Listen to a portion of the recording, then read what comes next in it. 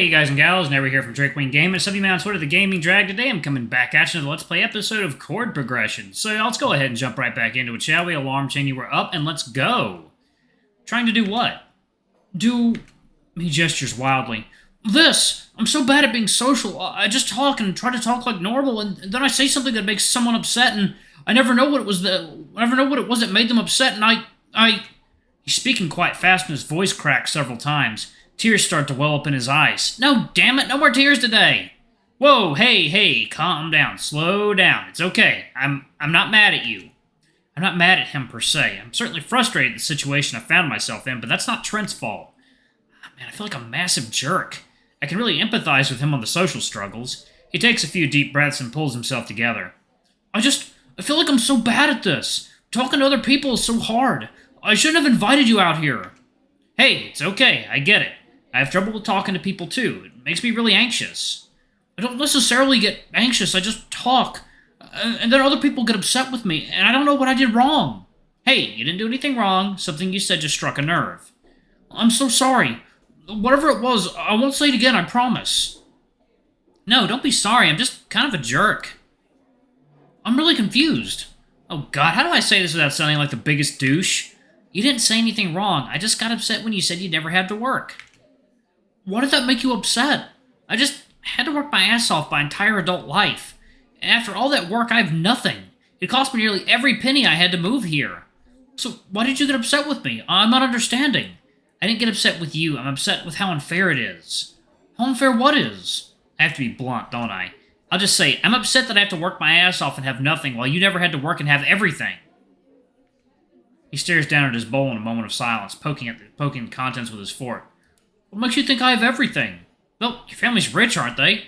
Compared to most people, yes. I guess I didn't hide that well. Another moment of silence passes, neither of us seeming to have much of an appetite anymore. I don't have everything, you know. Well, yeah, I'm sure you don't have everything. No one can be that rich. Oh, you might be surprised, Eddie. No, not like that. There's so many immaterial things I don't have. I don't have friends like you do. Well, in all honesty, I'm not really doing great in the friend department. Just saying. What about the lion? Oh, Daryl? Well, I mean, he and I aren't really friends. I just met him on Monday. Well, he approached you at the gym and wanted to work out with you. That seems friendly to me. I guess. That's how he is, though. But he's more of an acquaintance than anything. That makes sense. That's how I feel about Chester and you right now. No offense. None taken. And likewise. So, what about that other friend you mentioned? The one you skied with? Mariah? Yeah, that's her. She and I have known each other since elementary school. We're like two peas in a pod. I don't have anyone like that. Other than some acquaintances, I just have my family. None of them really get me, though. Well, I certainly can relate to that. Mom and Dad weren't the most accepting of me when I came out. I always felt out of place among my extended family as well. So, what is it about you that they don't seem to understand, if you don't mind me asking?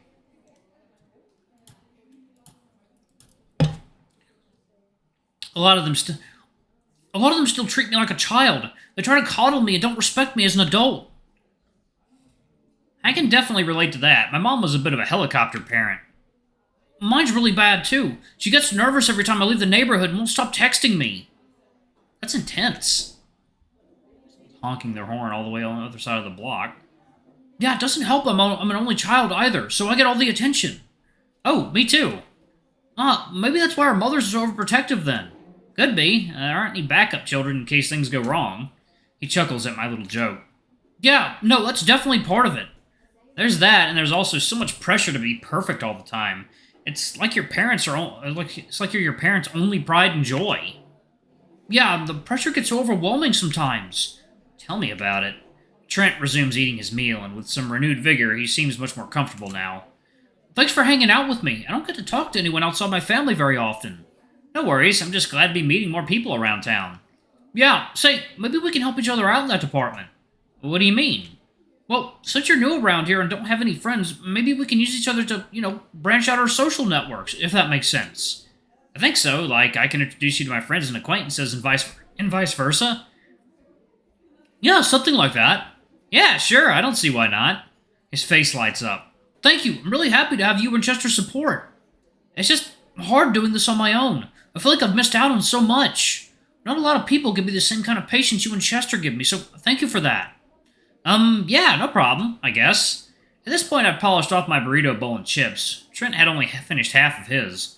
So, what time do you need to head back to the shop? I checked my phone. It's past 4. Oh, shoot, right about now, actually. I collect all my trash on my plastic tray. Hey, so thanks again for inviting me out. We should do this again soon. His face was alight with joy upon hearing my suggestion. Definitely. I scoot out of the booth with my tray of garbage in paw. Trent gives me a quick wave. Take care. You too. Text me anytime. I flash him a quick smile before departing. I toss my trash out and work my way back across the street to the shop. I arrive back to find April in the same state as I left her. No signs of arson. Hey, have fun on your date? Hey, it wasn't a date. We just went to Polo's, and it was something.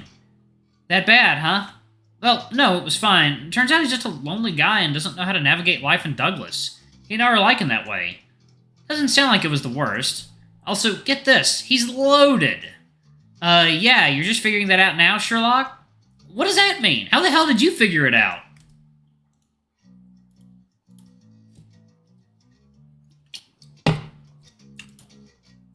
The dude wears nice clothes and didn't know what Polo's is. He's a clueless rich kid. Oh, geez, am I really that oblivious?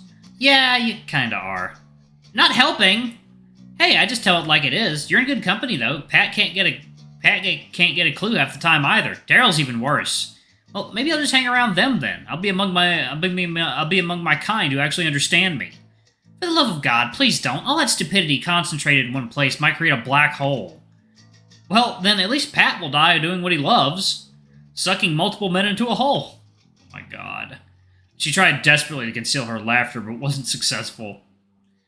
During a lull in our conversation, I became cognizant of the sound of a single bass guitar droning in the background. I glanced back to see who it is. I immediately recognized our patron as a familiar capybara with a bass guitar in his paw. Oh, hey, Cliff's here! Yeah, he stopped by after he finished his shift. He's waiting for me to get off work so he can drive over to Chester's and Dave's for practice. I fixed my focus on him as he practiced for a few moments. He's quite adept with the instrument. His left paw glided up and down the neck in slick, fluid motions as his digits danced across the fretboard. His right paw hovered over the strings as his digits there were hopping, galloping, and plucking rhythmically as he masterfully... You think he's cute, right? Damn it, April, the girl even interrupts my thoughts! Well, kinda, yeah. Well, he's on the market if you ever want to make a move, just letting you know. He is? I kinda got the impression that he and Pat were... Oh, no, they're not an item. They're just roommates. Oh my God, they were roommates! Just roommates this whole time? That leaves me with some questions, though. Oh, well, now I'm confused. When Cliff came in yesterday, he was kind of flirty with Pat, and Pat is doing the 2:30 sharp thing, and I was kind of thinking... Well, they are fucking, but they're not dating. Oh. That revelation made me feel something strange. I dare say I feel some jealousy. It's not like I'm crushing on either one, but I find them both interesting, and I'd like to get to know them better. Come to think of it, I don't believe I've ever had a friend with benefits myself. It sounds quite appealing. Am I just not attractive enough for that kind of thing? Well, what do I... Yo, you okay? Earth to Eddie! She's snapping her digits into my face. Fucking hell, this one time I'll appreciate April interrupting me if it pulls me out of a self-deprecating episode. Oh, yeah, just things are making sense now. I turned my head and looked back at Cliff, whose paw is playing at this point so he could give us an amiable wave. I waved back with a grin.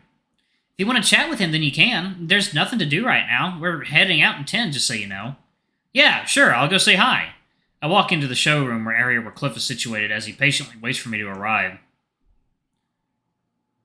Hey, good to see you again. You sound great. Oh, hey, good to see you again. You sound great. Oh, thank you. Yeah, I'm just kind of jamming, not playing anything serious. But yeah, good to see you too. How's day 3 been? Oh wow, you remember that little detail from our last conversation. Marry him.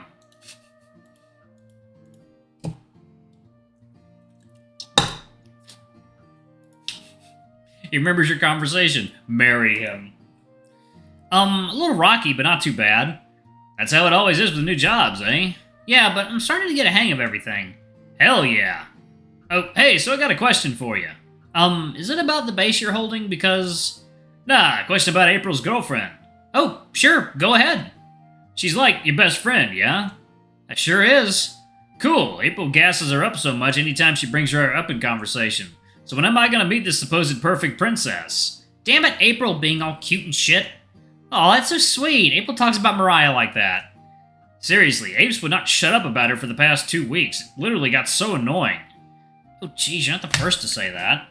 But, yeah, to answer your question, you'll probably get to meet her soon, I guess. I'm almost positive she's coming to the show on Saturday.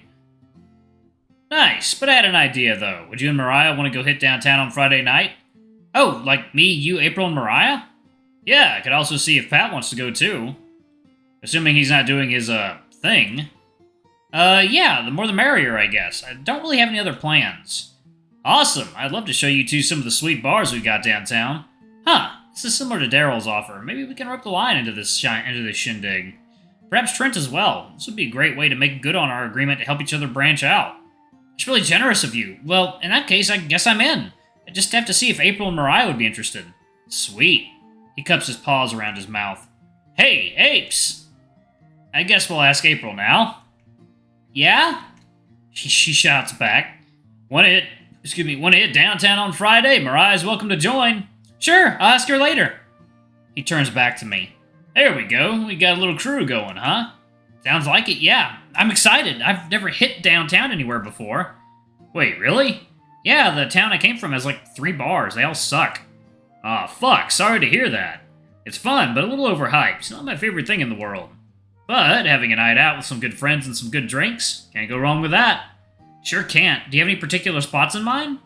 Definitely. It's going to be packed, but Enchanter's Whimsy is my absolute favorite bar. It has a fantasy-inspired theme. The servers wear costumes, the drinks are served in little potion bottles, and it always has the best food trucks outside. It sounds amazing, actually. Yeah, it's so immersive, and they really do justice to the genre. I'm a big fan of fantasy myself. Mariah's definitely going to love that in that case. She's a big fan, too? Oh, yeah, it's a big muse for her art. Oh, so she does art stuff? Yep, she's a professional. She dabbles in anything she can get her grubby paws on. Painting, digital art, sculpting, photography. Cliff's face lit up with intrigue. Photography? Does she have a nice camera? Yep, it's really nice, actually. She spent a few months saving up for it. She loves it, though. Good to know. I started getting into photography and videography myself. I want to try to find someone who can help me get started.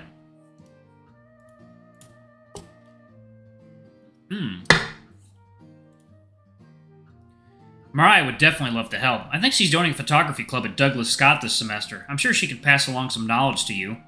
Sweet, I'll definitely ask her about it. So, what kind of photography are you into? Oh, you know, nature and such. Oh, perfect. Mariah loves nature photography. Awesome. Awesome. Can't wait to get started. He looks a little uncomfortable. Not really sure why, though. Maybe I should change the subject. So, anyways, are you excited for the show on Saturday? For sure.